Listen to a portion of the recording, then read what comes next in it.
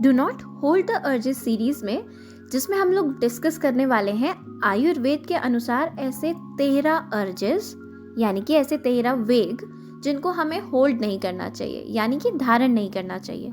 उसमें आज हम बात करने वाले हैं मूत्र वेग के बारे में। यस, यूरिन को होल्ड करने के बारे में।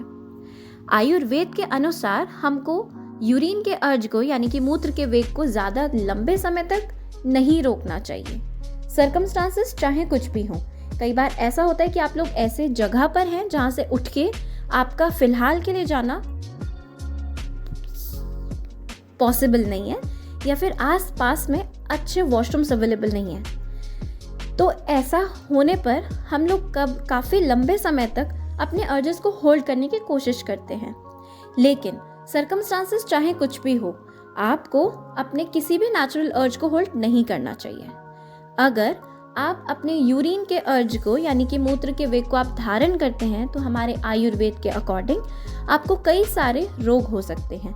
जैसे कि आपको पथरी हो सकती है, यस, स्टोन हो सकता है, वो स्टोन रेनल स्टोन हो सकता है, यानी कि आपकी किडनी में स्टोन पथरी हो सकती है, या फिर इसके अलावा मूत्र का यानी यूरिन का रुक रुक कर आना भी हो सकता है।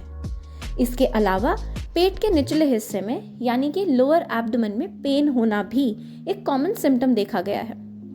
इसके अलावा बर्निंग मैच्योरेशन हो सकती है, यानी कि यूरिन में, बाथरूम में जलन हो सकती है। ये कुछ रोग हैं जो हमारे मूत्र के वेग को धारण करने पर आपको उत्पन्न हो सकते हैं, and in longer time it can lead to serious problems.